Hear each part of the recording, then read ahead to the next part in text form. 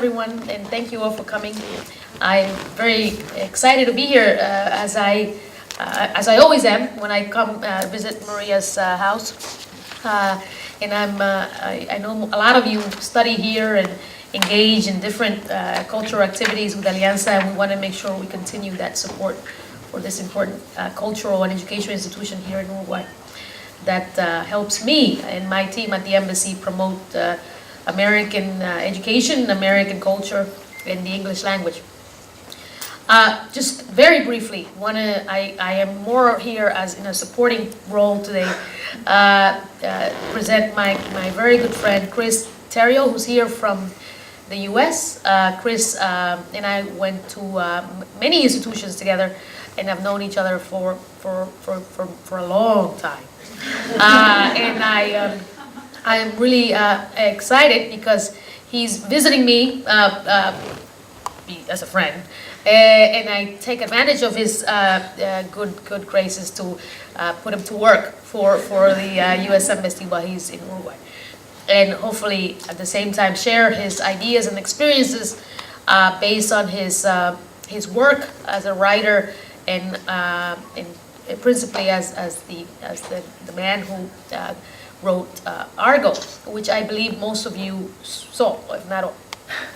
So I don't want to take up too much of the time, but essentially I want to thank Chris for being up to doing this today with the Alianza team and the Alianza community.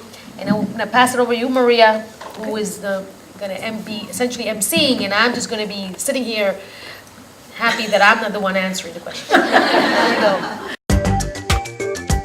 What is your favorite word? Oh, God. First of all, thank you guys for coming. It's really so nice of you to come out. What is my favorite word? Probably the word that I overuse the most is definitely, because I think, you know, como todo el mundo, when you say definitely, it's because you are uncertain. And so you say definitely because it helps you to get your thoughts together. So I'm always saying definitely because I live in such a state of uncertainty. What is your least favorite word? I'm sure every actor says this. I'm in the actor's studio, so this is a really lame answer, but it's probably no. What turns you on creatively, spiritually, or emotionally?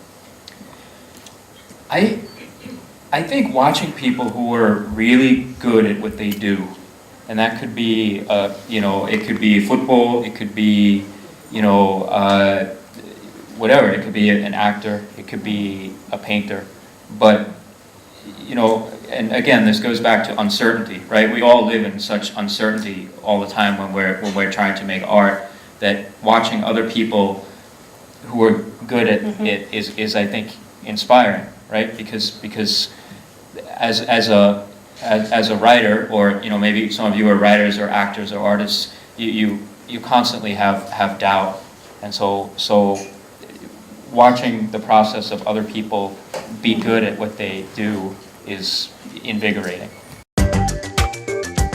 What turns you off?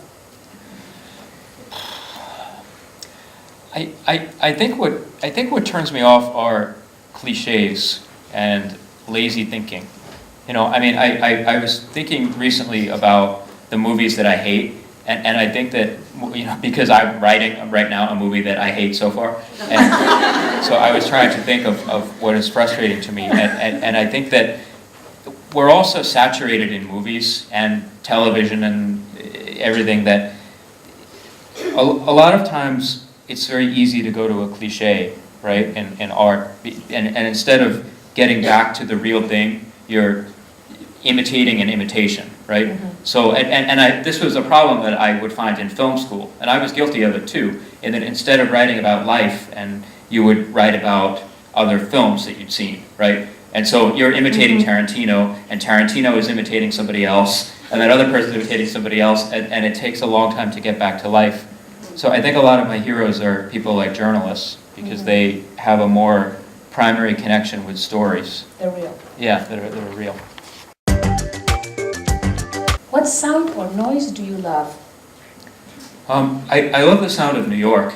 Maybe you guys feel the same way about Montevideo, but you know, it's a sound that you just know immediately, right? You go home and you can't even put your finger on it, but it's just the noise of the air, Yes. because it wakes me up in the morning. I mean, it makes me feel vivo.